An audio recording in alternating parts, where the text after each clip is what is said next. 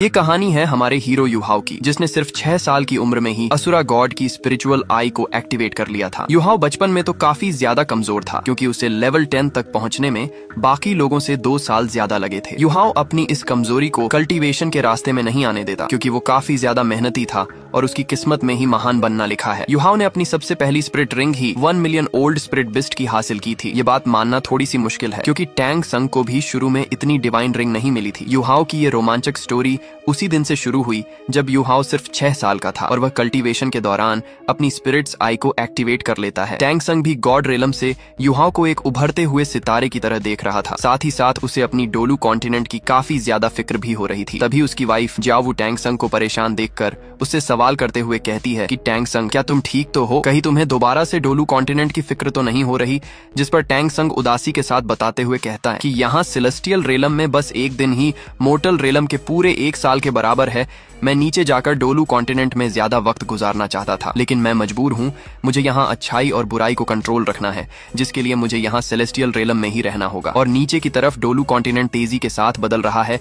आज से 4000 साल पहले सनमून कॉन्टिनेंट ने डोलू कॉन्टिनेंट पर हमला कर दिया था। क्योंकि डोलू कॉन्टिनेंट के पास मेरी टैंक लैंग की हिडन वेपन है, पहले तो इसका इस्तेमाल करके उन लोगों ने खुद को बचा लिया था। पर सनमून एम्पायर बाज नहीं आने वाला, वह हर हाल में जीतना चाहता है। पहले यहाँ सोल लैंड में 2 कॉन्टिनेंट थे, मगर अब वो डिवाइड होकर 4 एम्पायर में बदल चुके हैं। दूसरी तरफ मिरर टैंक लैंग भी 4000 साल के उतार चढ़ाव की वजह से अपनी ताकत खो रहा है। मैंने टैंक लैंग को खुद अपने हाथों से बनाया था, मैं उसे मिटता हुआ नहीं देख सकता। ये मुझे काफी ज्यादा तकलीफ दे रहा है। जाओ वू टैंक संग से कहती है कि पूरे 10,000 साल गुजर चुके हैं, इतना थोड़ा बहुत बदलाव तो होना ही था। लेकिन तभी अचानक टैंक संग को उस उभरते हुए सितारे के बारे में याद आता है, जिसके बारे में वो जाओ वू को बता रहा था। वो उससे कहता है कि आज के दिन मैंने एक नया उभरता हुआ सितारा देखा। मैंने उस लड़के की किस्मत में झांक कर देखने की कोशिश की, जहां मैं ज्यादा कुछ तो देख नहीं पाया, लेकिन मुझे यह जरूर मालूम हो गया कि उसका टैंक लैंग के साथ एक बहुत गहरा ताल्लुक रहने वाला है। टैंग संग और जाओ वू की बेटी टैंग वूटोंग भी वही एक पेड़ पर बैठकर यहाँ अपने पिता की सारी बातें सुन रही थी, जहाँ वो एक्साइटेड होते हुए कहती है कि डोलू कॉन्टिनेंट यकीनन यह जगह बहुत ही खूबसूरत होगी। इसके बाद सीन चेंज होता है और हमें डोलू कॉन्टिनेंट के ड्यूक मेंशन को दिखाया जाता है, जहां हम युहाव को देखते हैं। वह काफी ज्यादा गुस्से के साथ ड्यूक मेंशन की तरफ देख रहा था, जिसे वहां पर मौजूद सैनिक उसे देखकर गुस्सा करते हुए कहते हैं कि तुम यहाँ पर नहीं आ सकते हो। और इन लोगों की बातों से हमें मालूम होता है कि युहाव अपने पिता से काफी ज्यादा नफरत करता है। यहाँ तक कि युहाव ने अपना सरनेम चेंज करके अपने पिता का नाम हटाकर वहां पर अपनी मदर का नाम लगा लिया है। वहां मौजूद सैनिक अपने मालिक की बुराई नहीं सुन सकते थे, इसलिए वो उससे कहते हैं कि क्या तुम बेवकूफ हो? क्या तुम जानते नहीं कि हमारे मास्टर कितने पावरफुल हैं? लेकिन दूसरी तरफ युहाव अपनी स्पिरिट आई का इस्तेमाल करते हुए वहां से निकल जाता है, जिसके बारे में उन सैनिकों को कुछ भी समझ नहीं आता कि आखिर यहाँ पर क्या हुआ। दूसरी तरफ हम मास्टर ड्यूक को देखते हैं, जो कि अपने सिपाहियों के साथ जंग से वापस लौटकर आ ही रहे थे, लेकिन अभी भी युहाव दूर से खड़ा उन्हें गुस्से के साथ घूर रहा था। लेकिन मास्टर ड्यूक के देखने से पहले युहाव वहां से चला जाता है। दोस्तों, आप लोग यही सोच रहे होंगे कि आखिर युहाव को अपने पिता से इतनी नफरत क्यों है? तो मैं आप लोगों को बता देना चाहता हूँ कि युहाव की मदर असल में एक नौकरानी थी, जिससे मास्टर ड्यूक को प्यार हो चुका था, और उन्हीं का बेटा युहाव है। लेकिन अपने खानदान की इज्जत की वजह से मास्टर ड्यूक कभी उनसे शादी नहीं कर पाते, और इसी वजह से उन्होंने दूसरी शादी कर ली थी। मगर मास्टर ड्यूक ने अपनी दोनों पत्नियों को ही एक अच्छे से मेंशन में रखा हुआ था। वो खुद तो हमेशा जंग में मसरूफ रहते थे, मगर उनको कभी मालूम ही नहीं हुआ कि उनकी सेकंड वाइफ ने युहाव की मदर को मेंशन से बाहर निकाल दिया था, जहां वह बहुत ही बुरी तरीके से बीमार हो चुकी थी। इसी बीमारी के कारण काम करते करते ही उनकी हालत काफी ज्यादा खराब हो गई थी, जहां एक दिन वह मरने से पहले युहाव को एक व्हाइट टाइगर ब्लेड देते हुए कहती है कि युहाव इसे लो और खुद की जिंदगी खुद जियो। अपनी माँ को खोने के बाद युहाव गुस्से के साथ कसम खाता है कि वह बहुत ही ज्यादा पावरफुल सोल मास्टर बनकर वापस आएगा, ताकि वह अपनी माँ के लिए इंसाफ ले सके। ये कहने के बाद युहाव अगले 5 साल तक लगातार कोशिश करते हुए लेवल 10 तक पहुँच गया था, और अब उसे एक स्पिरिट रिंग चाहिए होगी, जिसके लिए युहाव अकेले ही अपने सफर के लिए जिंग डाओ फॉरेस्ट के लिए निकल चुका था, क्योंकि वहाँ पर उसे मालूम था कि मुझे कोई न कोई स्पिरिचुअल बिस्ट मिल जाएगा, जिसे मारकर मैं स्पिरिट रिंग हासिल कर सकता हूँ।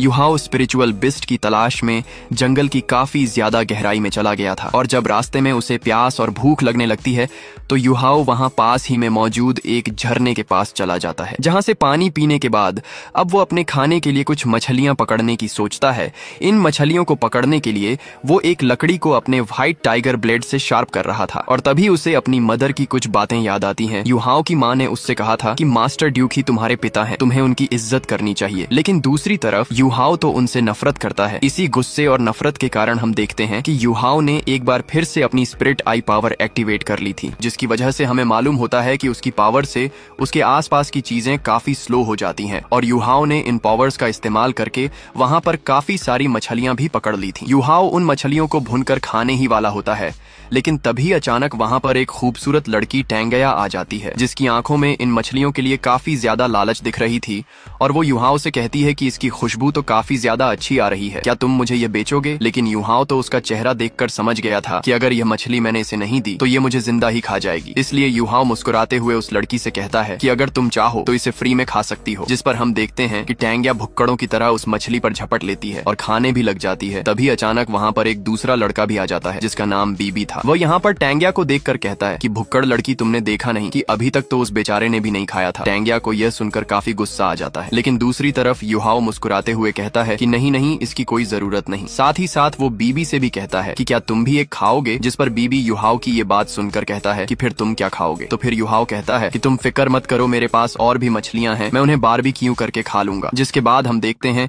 कि ये तीनों ही एक जगह पर बैठकर मछलियां खाना शुरू कर देते हैं। साथ ही साथ इन्होंने एक दूसरे से खुद का इंट्रोडक्शन भी करवा लिया था। टैंगया को यहाँ पर युहाओ की ये ग्रिल मछलियां तो काफी ज्यादा पसंद आती हैं और उससे तो खुशी से रहा ही नहीं जाता। कुछ देर के अच्छे टाइम के बाद युहाओ खड़ा होकर इन लोगों को गुड बाय करते हुए कहता है कि अब मुझे चलना चाहिए। युहाओ को जिंगडाओ फॉरेस्ट की तरफ जाता हुआ देखकर टैंगया कहती है कि वो तो जिंगडाओ फॉरेस्ट की तरफ जा रहा है, वहां पर तो खतरनाक सोल बीस्ट होंगे। जिस पर बीबी कहता है कि मैंने उसकी सोल पावर महसूस की थी, मुझे यकीन है कि उसे एक सोल रिंग की जरूरत है, लेकिन साथ ही साथ मैं यह बात भी कह सकता हूँ कि वह मुझे काफी ज्यादा कमजोर लगा।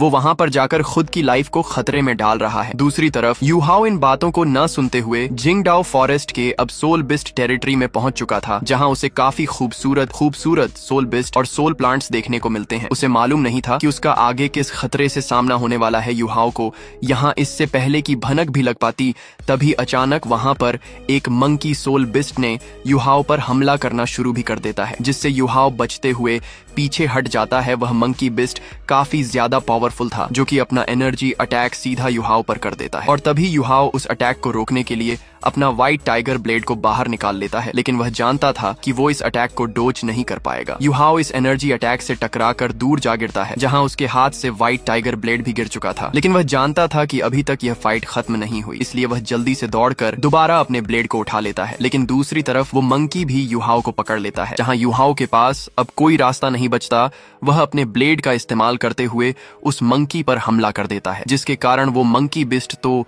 अब और भी ज्यादा गुस्से में आ जाता है। इसलिए वो आगे बढ़ते हुए युहाओ पर अपना सबसे ज्यादा पावरफुल एनर्जी अटैक करने वाला होता है। लेकिन तभी अचानक हम देखते हैं कि युहाओ अपनी स्पिरिचुअल आई को एक्टिवेट कर लेता है, जिस वजह से आसपास की चीजें धीमी हो चुकी थीं। युहाओ इसी मौके का फायदा उठाकर अपने व्हाइट टाइगर ब्लेड से उस मंकी बिस्ट को जान से मार देता है, जिसके बाद हम देखते हैं कि युहाओ जख्मी होने की वजह से काफी ज्यादा कमजोर हो चुका था। साथ ही साथ उसने अपनी काफी ज्यादा एनर्जी भी इस्तेमाल कर दी है। वह अब अपने पैरों पर भी सही से खड़ा नहीं हो पा रहा था।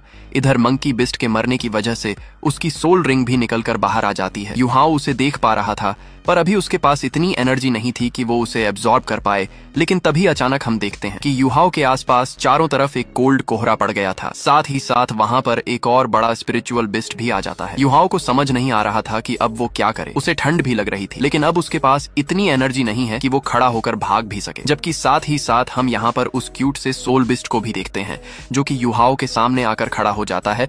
उसकी एट्रीब्यूशन आइस पावर थी, जिसकी वजह से युहाओ वहीं पर फ्रिज होकर बेहोश हो जाता है। इसके बाद अगले सीन में हम युहाओ की सोल सी को देखते हैं, जहां पर वह 10 लाख साल पुराना सिल्क वर्म भी पहुंच चुका था। यहाँ आने के बाद उस आइस सिल्क वर्म को काफी ज्यादा खुशी हो रही थी, जिसका नाम टियन मिंग है। टियन मिंग खुश होते हुए कहता है कि आखिरकार मुझे एक सोल मास्टर की बॉडी मिल गई है, अगर यह मुझे ना मिली होती तो मैं मर जाता। लेकिन तभी अचानक टियन मिंग देखता है कि युहाओ की बॉडी में पहले से ही एक बहुत ही ज्यादा मिस्टीरियस एनर्जी मौजूद है, जो कि टियन मिंग के साथ युहाओ की बॉडी के लिए कंपटीशन कर रही थी। वो टियन मिंग को युहाओ की बॉडी पर पूरी तरीके से काबू करने नहीं देता, टिएन मिंग भी समझ चुका था कि मैं इस एनर्जी के साथ फाइट नहीं कर सकता। इसलिए अभी के लिए मुझे सारा का सारा फोकस युहाओ की बॉडी पर करना होगा ताकि मैं जल्द से जल्द इसे स्टेबल बना सकूं। क्योंकि दोस्तों, आप लोगों को मालूम होगा कि लेवल 10 का वॉरियर 400 साल से ज्यादा की स्पिरिट रिंग को अब्सॉर्ब नहीं कर सकता, और टिएन मिंग तो खुद 10 लाख साल पुराना स्पिरिट बिस्ट है। इसीलिए उसकी स्पिरिट रिंग को एब्सॉर्ब करना युहाओ के लिए इम्पॉसिबल जैसा है। पर क्योंकि टिएन मिंग खुद ही युहाओ के साथ मर्ज होना चाहता है, इसलिए उसने युहाओ की बॉडी में 10 सील क्रिएट कर दिए थे, जो कि टिएन मिंग के 10 लाख साल पुरानी स्पिरिट रिंग की पावर